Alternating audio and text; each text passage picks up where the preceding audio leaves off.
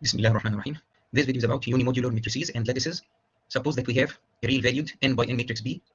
The rank of B is equal to n. This means that the columns of B are linearly independent. The lattice generated by B is the set of all n-dimensional vectors that can be written as B multiplied by an n-dimensional vector of integers. In other words, vector x is a linear combination of the columns of B. The coefficients of the linear combination are all integers.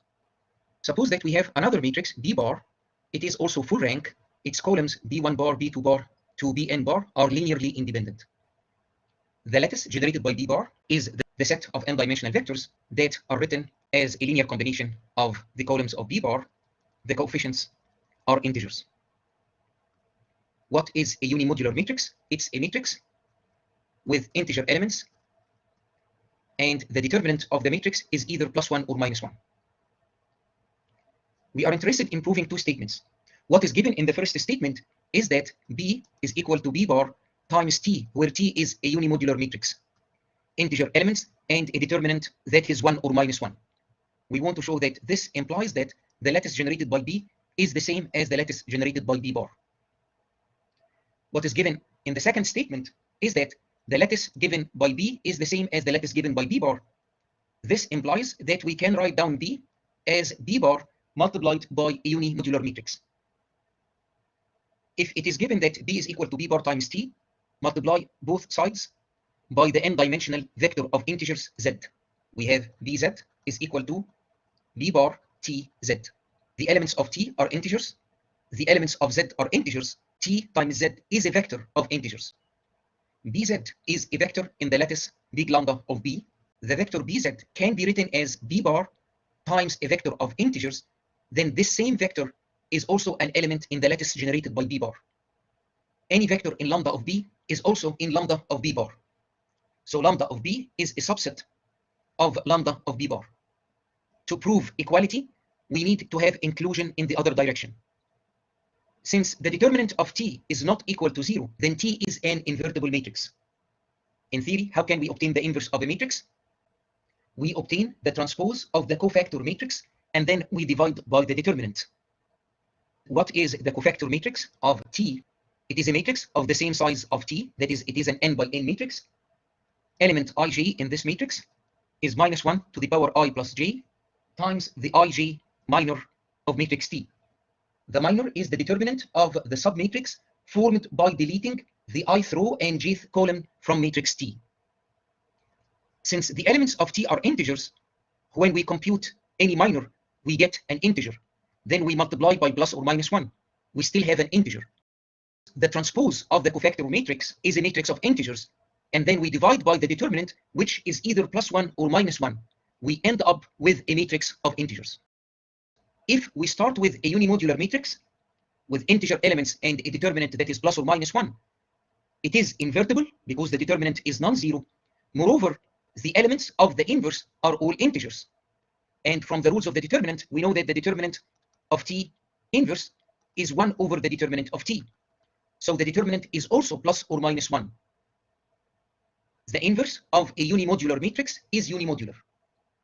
If B is equal to B bar times T, we can multiply both sides by T inverse from the right. We get that B bar is equal to BT inverse, and this matrix is unimodular. Following exactly this line of reasoning here, we multiply both sides by a vector of integers. On the left-hand side, we have a vector in lambda of B bar. On the right-hand side, we have a vector that is matrix B multiplied by the vector T inverse Z. T inverse is unimodular, Z is a vector of integers, then this is a vector of integers. This vector here in lambda of B bar must be in lambda of B. These two statements mean that the lattice generated by B is exactly the same lattice generated by B bar if B is equal to B bar times a unimodular matrix. Our second statement of interest takes for granted that the lattice generated by B is the same as the lattice generated by B bar. Now we want to prove that B can be written as B bar times a unimodular matrix. Let Bj bar be the jth column of B bar. This column is B bar multiplied by the vector Ej, which has zeros everywhere except in the jth position where it has 1. It is a vector of integers, which means that the jth column of B bar is in the lattice generated by B bar. sort of an intuitive result that the lattice generated by a matrix includes the columns of that matrix. We know that the lattice generated by B bar is the same as the lattice generated by B. This means that the jth column in B bar is also in the lattice generated by B. Let Bj bar be equal to B times a vector Tj, a vector of integers. This statement is true for all columns of B bar. So B bar, which is the collection of those columns, is equal to matrix B times the matrix whose columns are T1, T2 to Tn. Matrix B bar is matrix B times a matrix of integers. To prove that this matrix is unimodular, we need now to show that the determinant of this matrix is either +1 or -1. Is the matrix invertible? Yes.